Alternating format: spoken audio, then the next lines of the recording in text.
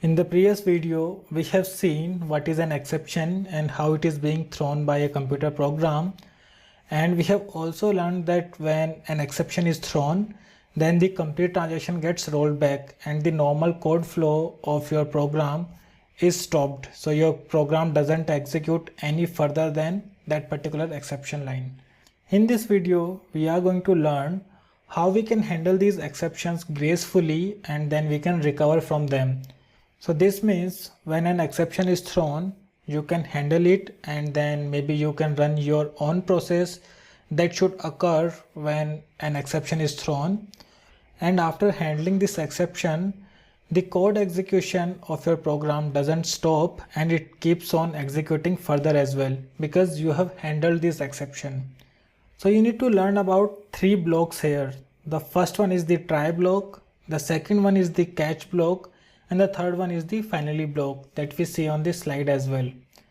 If you think that your program can throw some kind of exception in a particular line or maybe in a particular piece of code, then you should put that piece of code within a try block. So you need to identify the code that may throw an exception at a later stage and then you need to put that within the try block. After the try block, you can have two different type of blocks. The first one is the catch block and the second one is the finally block. And both of these blocks gets executed after the try block. The job of the catch block is to catch that particular exception that is being thrown by the try block. For example, here we are trying to divide 10 by 0, which throws an math exception. And here in our catch block, we are trying to capture that math exception. But let's say in your try block, you are running some kind of DML operation and you are getting a DML exception from those statements. Then in your catch block, you need to handle the DML exception instead of the math exception.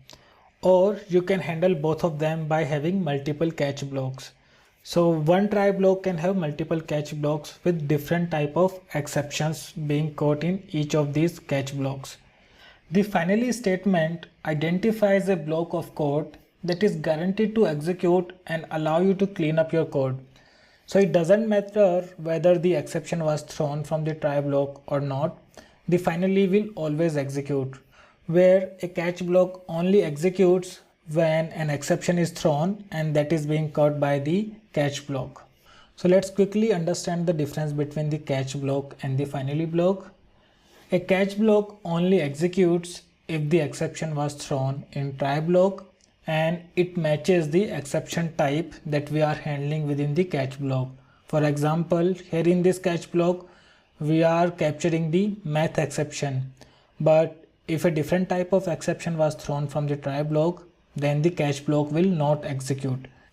The finally block always executes regardless of whether an exception was thrown or which type of exception was thrown. So even if your code doesn't throw any exception, the finally block will always execute.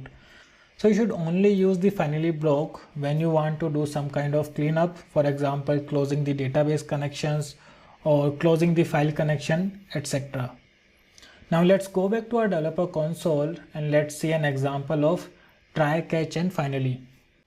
So here in our developer console, we are already trying to throw multiple type of exceptions. So what I'm going to do, I'm going to uncomment these lines and then I'm going to place this piece of code within a try block. First I'm going to start with the math exception. So let's use our try block here and let's put our code within the try block. So this way we will make sure that the code which may throw an exception, we are including that within the try block. And then we can have a catch block. And here in this catch block, I'm going to catch the math exception. And here I'm going to print a debug log and I'm going to call it caught math exception. Let's select this piece of code and click on execute highlighted, and this time our code ran fine because now we are handling our exception.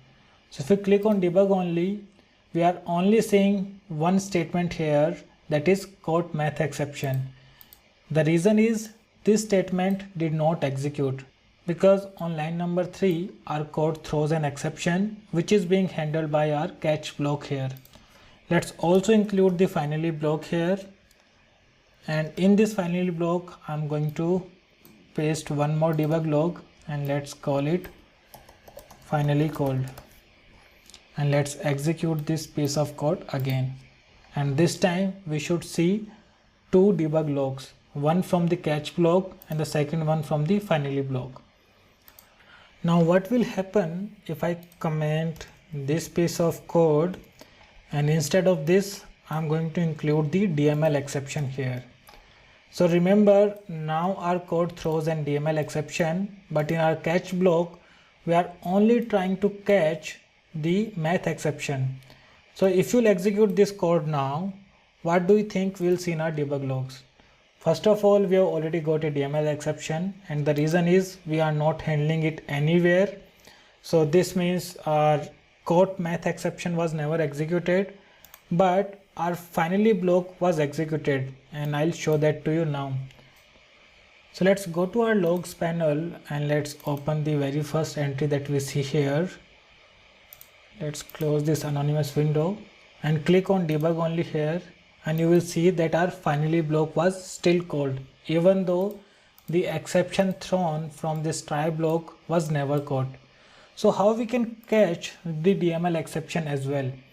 So there are two ways. Either you can remove this math exception and instead of this you can start handling the DML exception, or you can have one more catch block here and there we will handle the DML exception. And let's bring our finally back to its location. So let's select this piece of code and click on execute highlighted, and this time we should see two debug logs. The first one from the catch block, we should change it to DML exception. So yeah, the first one from the catch block and the second one is from the finally block. Now you must be thinking, how many exceptions can we remember? Like if you go to the Apex Developer Guide and have a look at the built-in exceptions, there are so many of them, and it's definitely not easy to remember each and every exception that could be thrown by your code. So for that, instead of defining the exception type, you can handle the exception here. So the exception is the parent class or the super class of all these exception types that we have been handling so far, like math exception or DML exception. They all are the subclass of exception. So if you start handling the generic exception, then you don't have to write the catch block for each and every exception type, and your code will still work fine. For example, now we are handling the exception, so I'm going to name it as generic exception, and it doesn't matter if our code throws the math exception or the DML exception. This catch block is going to catch all type of exceptions now. So let's click on execute highlighted and we should see the similar output. There we go.